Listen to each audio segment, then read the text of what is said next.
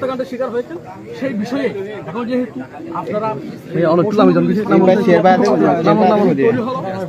পালিয়ে গেল, এই সময়ে নির্মমভাবে ইসকন সন্ত্রাসীরা আমাদের আলিফ ভাইকে মেরে ফেলেছে, এই বিষয়ে আপনারা কি ব্যবস্থা নেবেন? ঠিক আছে, জি চলবে চলবে। ঠিক আছে, উনি একটা সরকারি কৌশলী ছিল, এটা রাষ্ট্রের একজন কৌশলী হিসেবে রাষ্ট্রের উপর হুমকি কিনা ভোট, ঠিক আছে, এইটুকু রাষ্ট্রের জন্য হুমকি কিনা এই হত্যাকাণ্ডটা?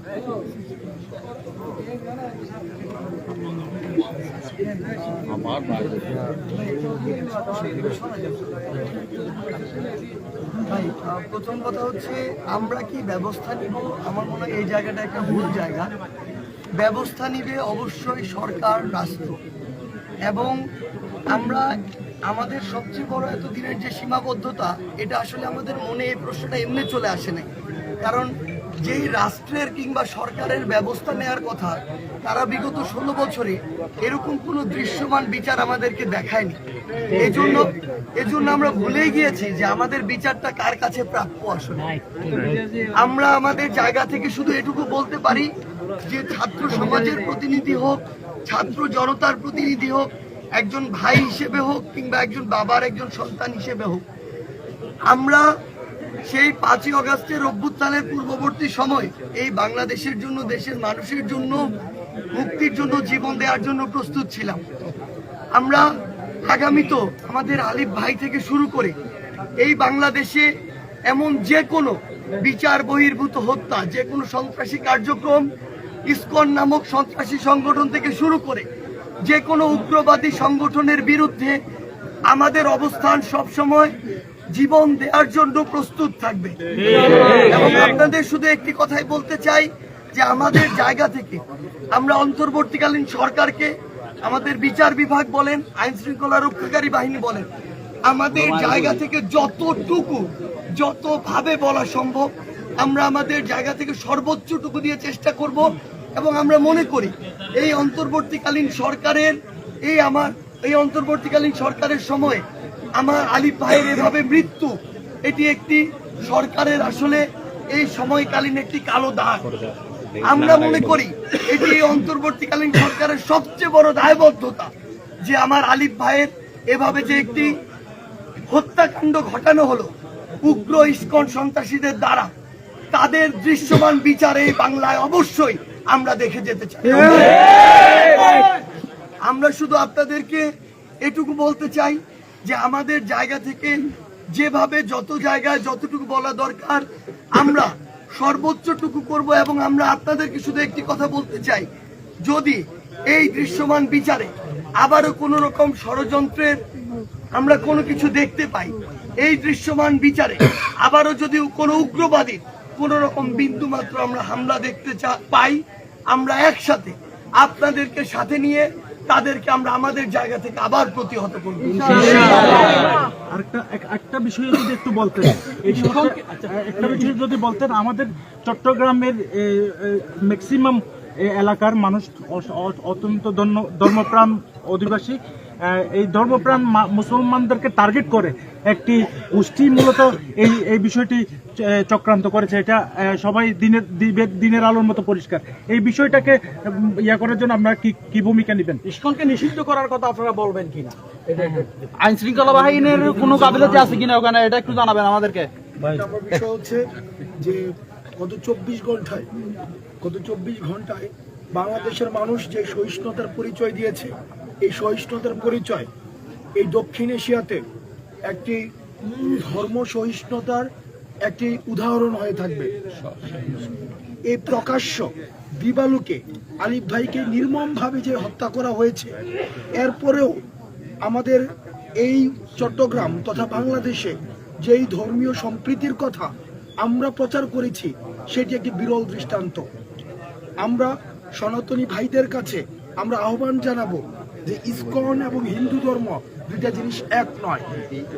যারা এই ইসকন, এই উগ্রবাদী সংগঠনকে পৃষ্ঠপোষকতা দিচ্ছেন এবং এই ইসকনকে বাংলাদেশে আবার আপনারা পুনর্বাসন করার চেষ্টা করছেন, তাদের ল্যাজ ডালপালা গজানোর পূর্বেই এই ইসকনকে সমূলে নিশ্চিহ্ন করতে হবে। আমরা স্পষ্টভাবে বলতে চাই, আপনারা বাংলাদেশে অনেকে রয়েছে 5ই আগস্টের পরে খুনি হাসিনা চলে যাওয়ার পরে মন বেজার হয়েছে। আমরা আপনাদেরকে বলতে চাই, আপনারা বাহ্যিকভাবে বাংলাদেশি আর মানসিকভাবে হিন্দুস্তানি, এই মন নিয়ে আপনার এই 5ই আগস্ট পরবর্তী বাংলাদেশে আপনারা প্রাসঙ্গিক নয়। আমরা সবাই বাংলাদেশি, সুতরাং মানসিকভাবে আপনাদেরকে বাংলাদেশি হতে হবে এবং বাহ্যিকভাবে বাংলাদেশি হতে হবে।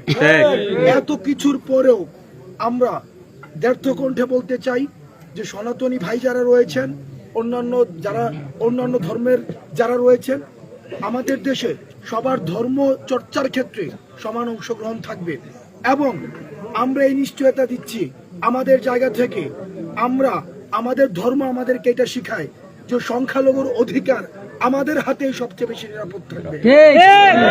আমরা আপনাদের কাছে মিডিয়ার মাধ্যমে দেশবাসীর কাছে আহ্বান জানাবো, কোনো উগ্রবাদী ধর্মীয় সংগঠন অথবা আপনার আশেপাশের আওয়ামী লেসপেন্সার আপনাদেরকে কোনোভাবে যদি প্ররোচনা দেয়, আপনারা প্ররোচিত হয়ে কোনো সংখ্যালঘুর বাড়িতে আক্রমণ করবেন না, কোনো সংখ্যালঘুকে আপনারা কোনো ধরনের আক্রমণ করবেন না। তাদের আমরা 5ই আগস্টের পূর্বে, 5ই আগস্টের পরে আমরা যেভাবে নিরাপদ পদে রেখেছি, তাদের ধর্মীয় প্রতিষ্ঠানগুলোকে যেভাবে আগ্রহে রেখেছি, সেটি উদাহরণ হিসেবে থাকবে এবং এটির ধারাবাহিকতা অব্যাহত থাকবে।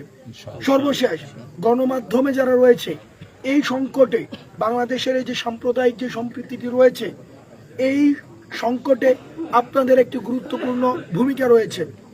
আমরা দেখতে পাচ্ছি 5ই আগস্টের পূর্বে কিছু কিছু গণমাধ্যম শেখ হাসিনার, খুনি হাসিনার লেসপেন্সার ছিল। তারা শেখ হাসিনা এবং ফ্যাসিজমকে পৃষ্ঠপোষকতা দিয়েছে, তারা এখনো পৃষ্ঠপোষকতা দিচ্ছে এবং তারা উদ্দেশ্য প্রণোদিতভাবে তারা সংবাদ পরিবেশন করছে এবং ঘটনাকে উস্কে দিচ্ছে। সেই সব সংবাদ মাধ্যমগুলোকে বলতে চাই, আপনারা ইতিমধ্যেই আপনাদের প্রতি জনরোষ আপনারা দেখতে পেয়েছেন। আপনারা জনগণের পালস বোঝার চেষ্টা করুন এবং গণমাধ্যমের স্বাধীনতা রক্ষায় আমরা ঐক্যবদ্ধ।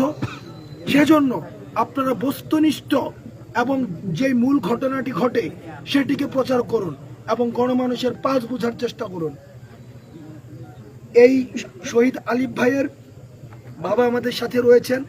আমরা আমাদের জায়গা থেকে শহীদ আলিফ ভাইকে যেই রাষ্ট্রীয় পৃষ্ঠপোষকতায় যেভাবে আমরা এই ভারতীয় আধিপত্যবাদের বিরুদ্ধে যারা শহীদ হয়েছে তাদের যেভাবে মনে রাখা হয়েছে, আমরা এই শহীদ আলিফ ভাইকে রাষ্ট্রীয়ভাবে সেভাবে মনে রাখবো এবং একাডেমিকভাবে সেভাবেও চর্চিত হবে।